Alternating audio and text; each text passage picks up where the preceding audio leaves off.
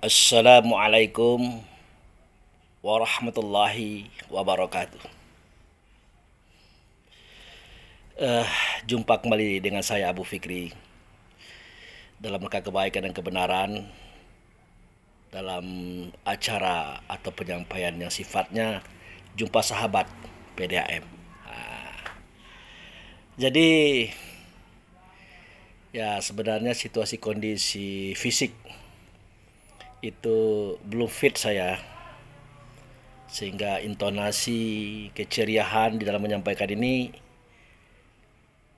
sedikit agak menurun, sedikit agak berbeda daripada biasanya. Ya biasalah menceritakan tentang pengalaman saya dengan Bapak Direktur PDAM dan Kabak PDAM dan beberapa kru-krunya tadi. Jadi saya cerita sedikit tentang saya. Beberapa waktu yang lalu saya sempat terkena sesuatu yang saya tidak mengerti, karena memang belum pernah di lutut bagian kiri kaki kanan ada satu titik. Sakitnya bukan main, perihnya bukan main, sehingga 3 hari saya tidak bisa jalan. Jalan juga pakai kursi, pakai tongkat gitu. Sampai-sampai khotbah Jumat kemarin, ya saya cuma khotbahnya saja, tapi tidak memimpin sholat, ya tidak imam, karena tidak bisa berdiri, ruku, tidak sujud duduk. Sebegitu. Nah alhamdulillah ya, saya minta obat dari adik yang memang beliau adalah guru senam ya, atletik, dia di Surabaya. Dia kirimkan dua botol obat untuk sakit sendi itu. Alhamdulillah sudah agak lumayan, udah bisa jalan, tidak perlu pakai tongkat lagi. Nah dapat pula flu, batuk hingga sekarang. Nah, jadi tadi pagi seketika saya belikan sarapan untuk istri, ya berupa lontong, ketan goreng pisang, macam-macam itu. Saya sedikit agak royal lah kalau di rumah itu. Yang penting keluarga bahagia, sejahtera, kenyang gitu nah. Itu saya belikan lontong, goreng pisang pakai ketan. Kebenaran malam tadi ngisi ceramah juga, kajian tasawuf sampai jam 2 malam ya. Setengah 3 baru sampai di rumah. Nah itu ada kue-kue juga dibawa. Ya alhamdulillah hari tadi agak lumayan banyak makanan sehingga tidak termakan lagi gitu. Nah seketika saya lagi sarapan lontong dengan istri, tiba-tiba Bapak Samsu Bahari telepon saya. Tat, kita mangkal lagi tempat sarapan pagi. Nah, bahasanya begitu. Saya bilang siap. Padahal waktu itu saya sedang makan lontong. Nah, kalau diikutkan tatanan daripada orang umum, oh lanjut saja, saya sudah sarapan. Bahkan saya sekarang sedang makan lontong. Nah, tapi bagi kita tidak begitu. Memenuhi undangan, memenuhi panggilan saudara adalah sesuatu yang tersendiri. Artinya lontong tetap saya habiskan. Saya pergi ke Pasar Baru Koto menemui Pak Samsu Bahari. Memang sedikit agak lambat saya sampai. Kenapa? Saya harus selesaikan lontong saya dulu. Nah, saya lihat di situ beliau sudah hadir dengan beberapa kru-krunya, tim-timnya, karyawan-karyawannya, dan disitulah saya berjumpa dengan beliau.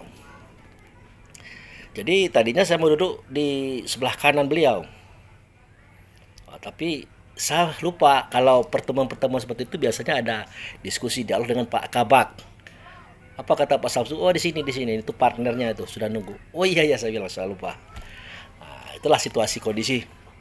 Kebenaran ya mungkin karena capek malam tadi, dilanda demam pula. Tapi sebelum itu saya pesan dengan Uni Eli supaya lontong saya itu 2 bungkus itu dibungkus aja, nggak usah dimakan di sini, karena saya sudah makan lontong di rumah. Itu ceritanya. Nah sekarang kita masuk kepada kisah dan cerita antara saya dan Kabak. Nah nanti Pak Samsunya nimbrung beliau. Kali ini beliau memberikan wejangan yang cukup panjang, cukup menggetarkan perasaan bagi para pendengarnya saat itu, yaitu tentang terjadi perselingkuhan antara suami dan istri, istri dan suami. Nah, jadi dimulai dari Pak Kabak. Beliau bertanya, Pak Abu Fikri masih puasa? Saya bilang tidak. Saya di rumah sudah sarapan. Tapi kalau ada makanan seperti ini ya saya tunjuk ada bakwan ya. Itu enggak apa-apa saya makan. Saya ambil masa makan. Nah, kemudian sambil beliau makan lontong, saya makan bakwan, cerita-cerita. Apa kata Pak Kabak? Pak Abu Fikri, oh sebenarnya kita orang Indonesia ini penuh nikmat. Tinggal kita bersyukur. Lalu saya kata, apa di ceritanya? Dia buka cerita. Mobil, motor di Indonesia ini kan kebanyakan dari Jepang. Ya, saya bilang. Nah, justru yang memakai mobil dan motor orang Jepang itu ya kita, orang Indonesia. Sementara orang Jepang itu sendiri, dia lebih banyak bersepeda, berjalan kaki. Berarti mereka tidak menikmati karyanya mereka. Justru kita yang menikmatinya. Mestinya kita bersyukur. Dia bilang begitu. Nah, saya katakan tidak seperti itu, Pak. Sepintas ya ada benarnya, tapi tidak seperti itu. Kenapa saya demikian? Visinya orang Jepang itu, cara pandangan orang Jepang itu sangat jauh. Berbeda dengan kita, konsumtif. Suka memakai, suka memakan, suka menikmati karya orang. Berapapun bayar, oke. Itu kita itu. Kalau mereka itu berkarya, membuat, mencipta, menjual produk kepada bangsa lain, termasuk Indonesia. Tetapi mereka menjaga keutuhan fisik. Mereka menjaga kesehatan badan, ketahanan daripada jasmaninya itu. Bahkan mereka berharap umur mereka itu bisa sampai 80 tahun. 90 tahun sampai 100 malah. Nah, tetapi saya katakan itu visi mereka itu jauh. Hanya saja mereka kekurangan generasi. Kekurangan generasi.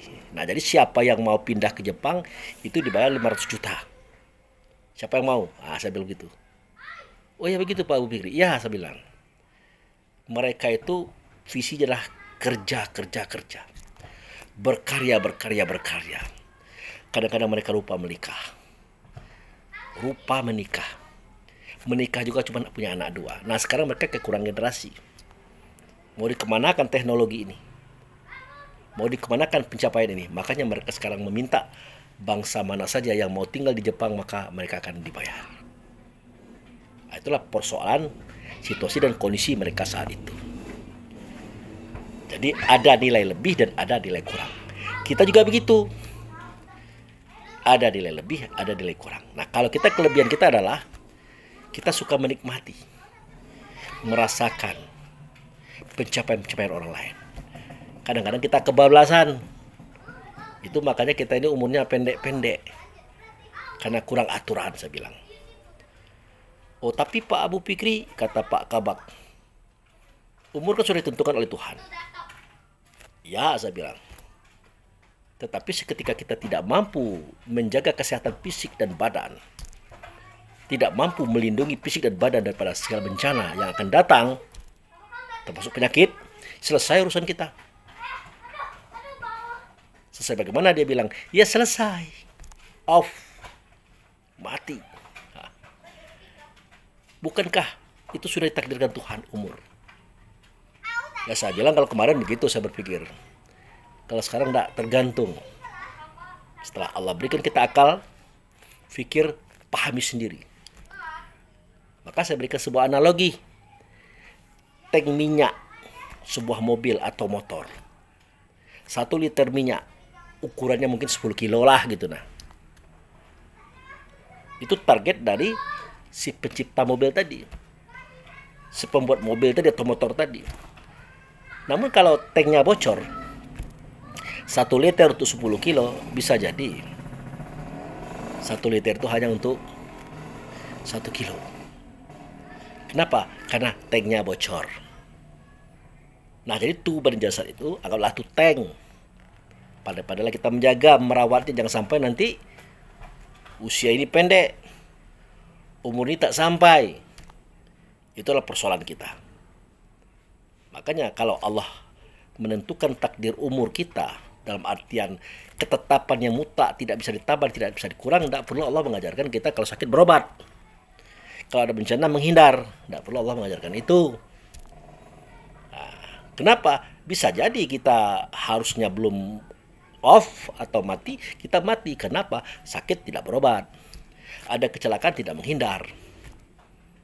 Nah, adanya Allah menganjurkan berobat, menghindar, itu menunjukkan bahwa ada serah terima antara kita dengan Allah. Antara Allah dan kita tentang keselamatan diri kita sendiri. Itu cerita Jepang, saya bilang. Gitu. Ya, jangankan motor, Ajinomoto mereka yang buat. Untuk siapa? Ya untuk kita. Sementara mereka tidak makan Ajinomoto. Pertanyaannya apa? Ada apa? Mereka paham. Kalau Ajinomoto itu ada sesuatu yang menyebabkan seseorang tuh gampang lemah, gampang sakit, bahkan usianya pun tidak panjang. Kenapa? Karena kita mengejar kenikmatan tentang rasa. Oh begitu Pak Bu Firi. Ya. Nah kemudian Pak Kabak juga mempertanyakan bagaimana pendapat Bapak. Ya, apa itu? Ini tentang kelapa ini. Kelapa yang ada air yang ada kelapa. Nah, pertanyaan saya kepada Pak Bu Fikri, mana dahulu air kelapa dengan batok? Kalau dahulu air, bagaimana air bisa masuk batok? Kalau dahulu batok, dari mana datangnya air? Nah, ini pertanyaan beliau di momentum makan lontong pagi tadi. Tetapi daripada pembicaraan Pak Samsu Bahri, nantinya itu saya bisa mengambil kesimpulan. Ternyata ini sudah diskusikan di dalam mobil. Sampai di warung lontong Uneli tadi. Tapi saya sempat jawab bahwasanya batok, kulit, air itu muncul bersamaan pada putik. Pada putik kelapa itu. Mumbang, bukan mumbang ya. Putik, ya benar putik, bukan mumbang. Kalau mumbang itu udah tua. Jadi sewaktu putih itu sudah ada cikal bakal air, cikal bakal batok, cikal bakal kulit. Bersama dengan perkembangannya, bersama dengan susunan-susunannya, maka segala sesuatu terjadi seperti yang Bapak pikirkan. Jadi di dalamnya ada air, ya, di luar air ada batok, di luar batok ada kulit. Nah begitulah teknologinya Allah. Dia bisa menciptakan sesuatu yang di luar akal pikir kita. Tapi bisa kita akali, bisa kita pikirkan. Karena Allah tidak memberi sesuatu kecuali yang bisa kita pikirkan. Itu. Nah, yang penting Bapak jangan bertanya bagaimana cara ada ikan di situ. Nggak bisa, saya bilang. Karena rumusnya nggak ada. Kalau ikan itu cerita tanah itu. Cerita lumpur, cerita air. Air mana? Bukan air kelapa, tapi air di luar kelapa. Begitu. Nah, kemudian kalau cerita ada ikan di dalam air kelapa itu ceritanya Bapak security kita itu. Beliau ahli itu. Termasuk pandasnya Ibrahim tidak bisa dibakar, saya bilang. Bukan Ibrahim itu kebal api, tapi di tubuh Ibrahim itu ada unsur api. Yang bisa dikendalikan volumenya. Disesuaikan dengan volume api yang ada di luar. Disamakan volumenya. Bersamaan dengan bersamaan volume maka tidak terjadi pembakaran pada diri. Tapi itulah cerita orang-orang yang zaman dulu. Nah kemudian lagi beliau sempat bercerita tentang teknologi. Kata beliau, ya kita sekarang kan hidup di zaman modern Pak Abu Fikri. Zaman dahulu zaman kuno. Ya saya bilang tidak begitu. Tidak begitu Pak. Karena modern itu terjadi berkali-kali. Kuno pun terjadi berkali-kali. Nah seketika kita ini modern, kita ini kan sombong, angkuh, tak kenal lagi dengan Tuhan, tak punya peri kemanusiaan, saling menindas, saling menekan, saling membunuh. Maka dihancurkanlah oleh Allah teknologi tadi, dibinasakan oleh Allah pencapaian tadi. Ya kuno lagi. zaman batu lagi. Maka saya sempat ceritakan sama beliau tentang cerita Nabi Daud. Nah, Nabi Daud itu istrinya 99 orang. 99 orang. Nah, tapi belum sempat saya cerita Nabi Daud sampai selesai. Saya katakan sama beliau bahwa kita tidak cerita Daudnya itu, tapi teknologi. Karena Bapak tadi mengatakan bahwa kita hari ini modern, sama dulu kuno. Kita lupa bahwa kapal Nabi Nuh yang sebesar itu, yang bermuatan dengan berpasang-pasangan hewan, itu bukan tidak punya mesin, bukan tidak punya baling-baling, bukan tidak punya kemudi, punya. Hanya saja tidak sampai kepada kita beritanya bagaimana cara menciptakan teknologi saat itu. Nah, ini kelemahan kita. Keabaian kita memahami hakikat perjalanan hidup yang Allah ciptakan dalam semesta ini. Kita kira kitalah orang yang paling modern, ternyata tidak. Baru saya bawa ke kisah Nabi Sulaiman. Nabi Sulaiman itu luar biasa, saya bilang. Nah, suatu ketika beliau sedang melakukan inspeksi pasukan. Ternyata ada seekor pasukannya itu burung. Namanya burung hudhud yang tidak kelihatan. Nah, akhirnya Sulaiman bertanya kepada pasukan yang lain, adakah kalian melihat hudhud tadi? Tidak, baginda. Betul, awas. Kalau dia datang, tidak dia membawa informasi yang valid, informasi yang bermanfaat, maka akan saya sembelih. Dalam bahasa lain, saya akan bunuh dia. Saya akan jadikan makanan santapan. Nah, singkat cerita, hudhud pun datang melapor kepada baginda. Baginda Sulaiman, ampunkan saya, maafkan saya terlambat. Kenapa? Tadi saya melihat suatu negeri namanya negeri Saba. Negeri Saba dipimpin oleh seorang ratu. Mereka punya pasukan besar, rakyatnya besar. Hanya saja mereka menyembah matahari. Begitu. Sulaiman kaget. Kenapa Sulaiman kaget? Karena Sulaiman belum tahu cerita itu. Apakah benar begitu hudhud? Jawabnya benar. Nah, kalau benar, kirimkan surat saya kepada Ratu Bilqis. Bismillahirrahmanirrahim. Ana Sulaiman Rasulullah. Dengan nama Allah yang Maha Pengasih lagi Maha Penyayang, aku adalah Sulaiman, utusan Allah.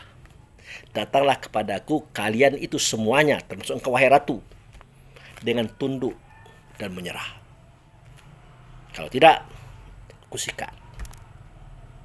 Nah, membaca surat ini, Ratu Bilqis merasa tersinggung, terhina, terjatuhkan.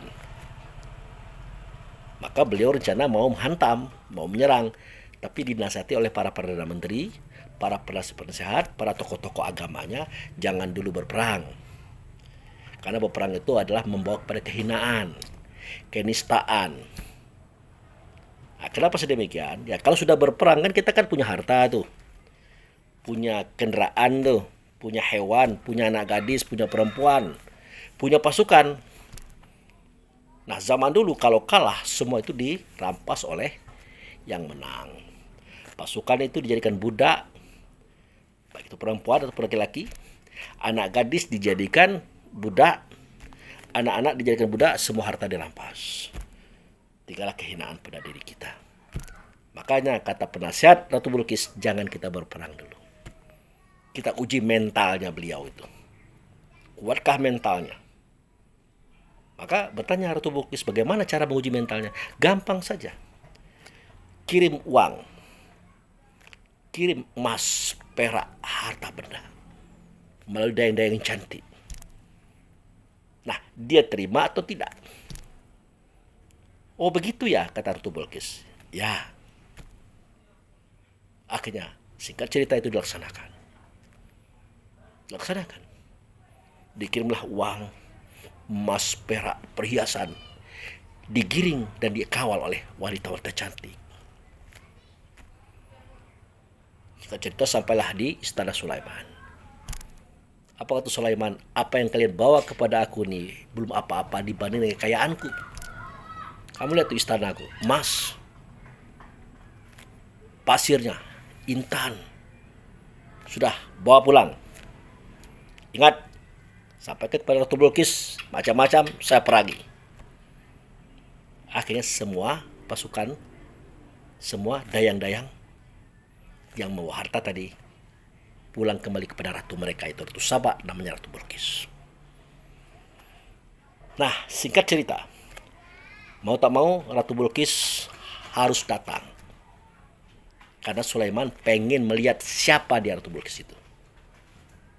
Nah, hanya saja di balik semua cerita ini, ya, saudara-saudaraku, ada semacam reaksi kejodohan itu. Ada informasi tentang pernikahan selanjutnya antara Sulaiman dan Ratu Bilqis. Kenapa sudah demikian? Nah, Ratu Bilqis kan masih gadis. Dia jadi ratu itu karena ayahnya meninggal. Nabi Sulaiman tuh masih bujang. Dia jadi raja juga karena ayahnya sudah meninggal.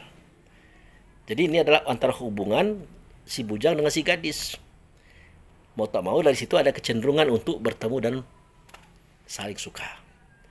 Tapi terlepas dari semua itu, Ratu Bilqis pun mendatangi Sulaiman di kerajaannya. Nah, pada waktu itulah Sulaiman menunjukkan kepada semua kita, saya bilang sama Pak Kabak, teknologi. Nah, teknologi bagaimana? Nah, pertama, Sulaiman berkata kepada teknokratnya dari bangsa jin. Nah, teknokrat bangsa jin ini sudah hidup di zaman Nabi Adam, bahkan sebelum Adam dia sudah hidup. Dia punya teknologi yang sangat luar biasa. Teknologi laut, udara, angkasa, bahkan tanah. Dia ahlinya. Nah, bertanyalah Sulaiman kepada beliau. Apa kata Sulaiman? Siapakah di antara kamu yang bisa memindahkan singgasana Ratu Bilqis ke sini dalam waktu singkat? Nah, pada waktu itu Pak Kabak sempat menyela saya. Apa itu bisa terjadi Pak Abu Fikri? Saya bilang bisa. Oh, berarti itu jin dong. Nah, dengar lu ceritanya. Pak Kabak, dengar lu ceritanya. Memang ada jin di situ. Itu saya katakan jin ifrit itu, teknokratnya jin yang sudah berpengalaman. Dia sudah hidup di era Adam, bahkan lebih sebelum Adam dia sudah ada. Nah, apa dia bilang? Saya Baginda, saya bisa memindahkan singgasana Ratu Bilqis itu dalam waktu singkat. Sesingkat apa? Kata Sulaiman. Nah, Baginda kan duduk tuh. Baginda berdiri, kemudian duduk lagi. Singgasana itu sampai. Wah, masih lama itu. Nah, masih lama. Siapa di antara kita lebih cepat daripada itu? Maka berkatalah orang diberikan ilmu tentang kitab. Nah, itu ada di Al-Quran itu. Saya kulihat di surat Sabah itu cerita itu ada itu. Dalam kisah sejarah Sulaiman itu ada. Nah, berkatalah orang yang diberikan ilmu daripada kitab. Apa kata beliau? Saya Baginda. Anda? Ya. Berapa lama? Nah, Baginda kan buka mata tuh. Pejamkan mata, buka, sampai. Oke, kata Sulaiman. Silakan. Benar. Benar. Pejamkan mata, buka, sampai singgasana Ratu Bilqis. Sedangkan Ratu Bilqis sedang ada di perjalanan. Nah, inilah teknologi transformasi namanya itu Pak Kabak. Zaman dulu ada itu. Sudah ada, saya bilang. Nah, itu. Makanya saya katakan di era dulu kan ada film Star Trek. Nah, film Star Trek Bapak pernah menonton? Dia bilang sudah. Karena orang-orang seumur saya, seumur beliau itu pasti pernah nonton film Star Trek. Memindahkan benda ke tempat lain dalam hitungan detik. Nah, itu transformasi sistem yang baru mau digalakkan hari ini. Di zaman Sulaiman sudah ada. Beda dengan Pak Dirut, Pak Kabak. Kalau mau ke Jakarta kan pakai pesawat 1 jam kan, ke Jakarta. Pakai mobil sehari semalam. Tapi di zaman Sulaiman sudah ada. Sudah ada itu Pak. Nah, kaget beliau. Nah, kemudian Pak Kabak Di era Sulaiman itu, beliau memerintahkan buat piring itu sebesar kolam. Piring apa? Ternyata bukan piring sebesar kolam, melainkan pesawat semacam pesawat UFO. Kalau Nabi Muhammad mengatakan Nabi Sulaiman punya sejarah terbang. Kenapa? Karena pemahaman umat pada saat itu belum sampai ke tingkat UFO. Tapi sebatas sejarah terbang, mereka percaya. Kenapa? Karena ada cerita 1001 malam dari Baghdad. Padahal kalau dibuktikan benar persoalannya tidak begitu juga. Bagaimana mungkin orang duduk di atas sejadah, kemudian berjalan cepat, lancar, berhadapan dengan angin, tanpa jatuh? Tidak mungkin. Tapi di era Nabi Muhammad itu bisa diangkat, bisa diceritakan, dan bisa masuk akal, walaupun belum ada pembuktian.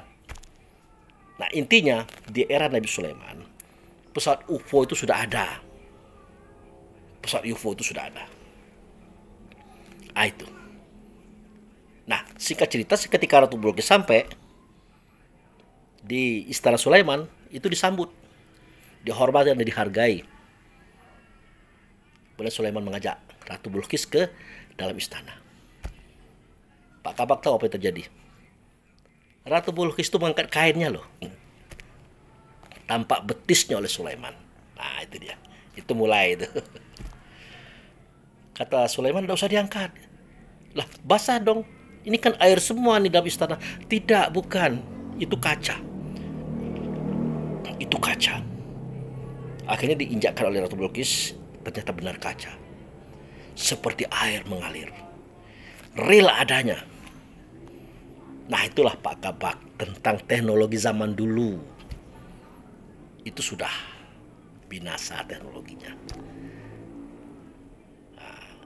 Namun sebelum itu terjadi teknologi juga, seperti di benua Atlantik. Itu luar biasa pencapaian manusia. Sombong, hancur, sampai sekarang tenggelam kan. Nggak tahu di mana itu benua Atlantik. Di mana itu kebudayaan Atlantik yang luar biasa. Nggak tahu. Tapi sudah mulai terbuka rahasianya. Bahwa di bawah laut itu dapat banyak bangunan-bangunan indah. Bangunan-bangunan bagus. Bisa diartikan itu sebagai bekas-bekas kebudayaan benua Atlantik zaman itu. Nah, itu saya ceritakan kepada beliau tentang teknologi. Jadi Pak Abu, kita ini belum modern, belum, kita ini kesiangan. Nah, makanya saya sempat nge-share video di HP Pak Samsu. Saya pun sempat memperlihatkan kepada Pak Kabak. Nah, ini loh, di relief sebuah candi tertulis, tergambar kisah tentang kendaraan-kendaraan canggih. Divisualisasilah oleh orang-orang ahli komputer atau IT. Beliau lihat, ternyata oh iya benar. Ternyata zaman dahulu itu sudah ada teknologi. Kemudian hancur, tumbuh lagi, hancur, tumbuh lagi. Maka lahirlah kita sekarang. Nah, entah kenapa, entah bagaimana, tiba-tiba Pak Kabak itu meremeh-remeh kepada perempuan. Bercerita tentang perselingkuhan. Nah, itu kisahnya itu. Apa dia bilang? Terjadinya perselingkuhan di dalam rumah tangga itu gara-gara perempuan. Nah, Pak Kabak bilang seperti itu. Nah, dalam hal ini ya saya coba mendengar dulu lah. Ternyata Pak Direktur Utama Pak Samsu Bahri juga mendengar itu. Nah, dalam hal ini beliau menggelitik. Nah, menggelitik itu artinya beliau merasa geli mendengar kalimat Pak Kabak. Langsung beliau protes, oh tidak begitu. Nah, karena tidak ada asap tanpa api. Tidak ada api tanpa asap. Walaupun waktu itu saya lihat Pak Dirut lupa kalau kompor gas itu ada apinya tapi tidak ada asap. Teknologi lagi-lagi ya, tapi tidak apa-apa. Nah, jadi Pak Dirut angkat bicara. Sebenarnya itu Pak Kabak, kata beliau, perselingkuhan yang ada dalam keluarga itu bisa jadi kesalahan dua belah pihak. Bisa jadi dari suaminya dan bisa jadi dari istrinya. Jadi kedua belah pihak. Dan disebabkan oleh kedua belah pihak. Dan pihak ketiga juga ada di situ, dia bilang. Nah, kalau ingin aman seorang laki-laki, hendaklah dia dilayani oleh istrinya. Sebagaimana pelayanan orang lain terhadap suaminya. Nah, ini kalau istri tidak perhatian kepada suami, kurang pelayanan terhadap suami, pokoknya hidup apa adanya, biasa-biasa saja. Tahu-tahu di luar ada orang perhatian kepada suaminya. Misalnya ibu ini ya, dia sebut namanya, saya sengaja tidak menyebut nama ya. Oleh Pak Kabak, jadi Pak Dirut dikatakan ibu ini misalnya. Oh, Ujang. Nah, Ujang itu kan namanya panggilan Pak Zainuddin itu Pak Kabak. Kumismu itu terlalu tebal, tipiskan. Nah, rambutmu itu sudah panjang, pendekkan. Nah, perhatian-perhatian sederhana dari seorang perempuan terhadap Pak Kabak itu bisa mempengaruhi Pak Kabak kalau Pak Kabak di rumah kurang pelayanan istri. Makanya terjadinya perselingkuhan antara laki-laki dengan perempuan di luar rumah itu. Sebenarnya efek daripada kurangnya perhatian, kurangnya pelayanan istri kepada si suami. Maka disarankan oleh beliau, para istri-istri, para perempuan, tolong berikan yang terbaik untuk suamimu. Nah, itu kata beliau. Dari makannya, minumnya, tempat tidurnya, pelayanan-pelayanannya. Jangan asal-asalan, jangan asal jadi. Karena di luar banyak orang yang memperhatikan dia. Nah, itu persoalannya itu. Nah, seketika laki-laki itu kurang dilayani di rumah, tetapi ada yang melayani di luar, apa yang terjadi? Jelas naluriah manusia itu condong kepada yang baik, condong kepada yang enak, yang senang, yang praktis, yang membahagiakan. Nah, kalau di luar itu perempuannya ramah, baik, perhatian, peduli kepada seorang laki-laki, biasanya laki-laki itu jatuh. Nah, di jatuh itulah kenapa terjadi perselingkuhan di luar. Namun perselingkuhan pun tidak akan bisa terjadi juga kalau si laki-laki walaupun dilayani dia tidak menerima perempuan itu. Atau si laki-laki mau tapi si perempuan di luar itu juga tidak mau pada si laki-laki itu. Tidak akan terjadi perselingkuhan. Tapi itu jarang, kata Pak Samsu. Nah, jadi itu efeknya bukan hanya karena perempuan saja, terkadang juga karena laki-laki juga ada itu. Nah, jangan disalahkan perempuan itu. Nah, jadi begitu Pak Ustadz, dia bilang Pak Samsu. Oh ya Pak Guru, saya bilang mantap itu. Nah, jadi itulah sarannya beliau Pak Samsu tadi. Ibu-ibu ini tolong layanilah suamimu. Berikan yang terbaik pada suamimu supaya dia tidak berpikir keluar. Karena di luar itu terlalu banyak orang memperhatikan suamimu. Kalau dapat istri mewah sudah tinggal kamu. Akhirnya gitu gambaran dia. Nah, si laki-laki juga walaupun istrinya tidak melayani dengan baik, dengan sempurna, kalau dia bertahan dengan keistimewaannya, bertahan dengan kecintaannya kepada istrinya, dia tidak akan tergoda oleh perempuan lain. Akan tidak terjadi juga perselingkuhan. Kalau suami itu, laki-laki itu bertahan untuk tidak. Sebaiknya mungkin suami mau, laki-laki itu mau, tapi perempuannya tidak mau, tidak juga bisa. Jadi terjadinya perselingkuhan itu adalah kesalahan istrinya, kesalahan suaminya, dan kesalahan orang ketiga di luar. Semuanya salah, kata Pak Samsu. Maka saya tidak setuju kalau perempuan disalahkan. Kalau mau disalahkan, salahkan perempuan istri kita dan perempuan lain yang di luar diri kita. Itu kata Pak Samsu. Sampai beliau katakan, ya kami dengan Pak Ustadz ini setiap hari Sabtu itu diskusinya 2 jam. Yang membahas tentang perkembangan, pengetahuan, penelitian di sosial, di masyarakat. Jadi ada hal-hal yang dipetik dari pertemuan itu. Saya bilang, ya. Nah, begitulah Pak Samsu memberikan pandangan. Sampai Pak Samsu menceritakan, nah ini dulu Ujang, dia kata Ujang seketika akan berangkat ke Sumatera Utara dalam rangka kerja. Beliau dengan ibu ini setianya bukan main. Tasnya dibawa. Ya. Sudah itu pas hujan dipayungi. Maka timbullah kecemburuan daripada teman-teman perempuan yang lain. Teman-teman laki-laki yang lain. Nah, dipoto aja lah Pak Ujang, Pak Zainuddin, Pak Kabak ini. Dikirimlah foto itu ke istrinya Pak Kabak. Ya ributlah istrinya. Cemburulah istrinya. Padahal apa yang dilakukan oleh Pak Ujang itulah sebuah kebaikan, sebuah kebenaran, karena itu adalah sahabatnya.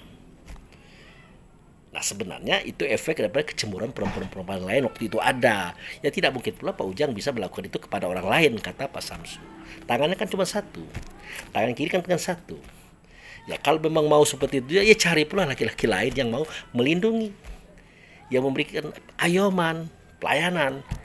Tapi itu kan tergantung kepada pribadi masing-masing. Kenapa Ujang atau Pak Zainuddin atau Pak Kabak ini mau melakukan itu kepada ibu ini? Karena dia tahu ibu ini baik kepada Pak Ujang, perhatian pada Pak Ujang, pada Pak Kabak tadi. Dan itu tidak bisa dibuat-buat, kata beliau. Sementara yang lain mungkin tidak seperti itu, maka tidak terjadilah seperti itu. Nah, ini kadang-kadang manusia ini kan cara berpikirnya itu, kata Pak Samsu, selalu buruk. Dilihatnya ada suami sedang memayungi perempuan lain, mengangkat barang perempuan lain. Jadi pemikiran istri itu langsung kepada perselingkuhan, percintaan. Padahal belum tentu seperti itu. Jadi benar kata Pak Samsu itu bahwa berpikir positif itu memang sangat penting dan sangat perlu, tetapi tidak semua orang bisa melakukan itu. Terutama ibu-ibu, istri-istri yang ada di rumah. Bawaan itu cemburu itulah. Padahal mereka tidak bisa menyervis suaminya dengan baik dan benar. Ya untung saja. Ya, untung saja ya ada orang yang tidak dilayani di rumah, justru jadi pelayan istrinya. Dia tidak seperti itu. Sebenarnya udah mau seperti itu juga itu Pak Samsu, tapi kayaknya enggak waktunya lagi. Merepot-repotkan aja, kira-kira gitu. Nah itulah cerita kami pagi tadi. Jadi saya sempat bilang sama Pak Samsu, waduh, saya agak capek hari ini karena situasi fisik sedang menurun. 3 hari tidak bisa jalan karena ada asam urat apa kata orang itu. Seumur-umur inilah baru saya merasakan. Kemudian disusul dengan flu, filex, batuk-batuk. Makanya lontong tidak saya makan di sini karena di rumah tadi sudah makan lontong. Saya bungkus saja. Nah akhirnya kami ketawa-ketawa, riang-riang bersama-sama waktu itu. Nah kira-kira itu sajalah cerita yang saya bisa angkat kepada saudara-saudaraku Abu Fikir Lovers se-Indonesia, bahkan sedunia yang menontonnya. Kalau saya itu tidak mau kehilangan momen. Ini sebenarnya mau menyampaikan ini kan agak berat badan ini, berat semangat ini. Artinya tidak sesemangat yang biasa. Tapi saya takut nanti kehilangan momentum, kehilangan giroh atau semangat. Mumpung dia masih hangat-hangat saya sampaikan. Saya bikinkan videonya, walaupun mungkin tidak sempurna. Tidak sempurna kisahnya, tidak sempurna ceritanya, tidak sempurna penayangannya. Nah, jadi itulah kira-kira pengalaman saya dengan Bapak Samsu Bahari, Direktur Utama PDAM Kota Bengkulu, dan Bapak Kabak yaitu Pak Zainuddin di saat kami makan lontong pagi tadi. Dalam kisah-kisah itu tertulis cerita-cerita indah, cerita-cerita hikmah bagi kita yang mau berpikir. Beginilah persaudaraan, beginilah persahabatan, beginilah pertemanan. Segala sesuatu tidak diutamakan untuk menyenangkan hati saudara, hati sahabat, hati teman. Supaya ini abadi selama-lamanya sampai ke akhirat nanti. Oke, terima kasih. Wabillahi taufiq wal hidayah. Assalamualaikum warahmatullahi wabarakatuh.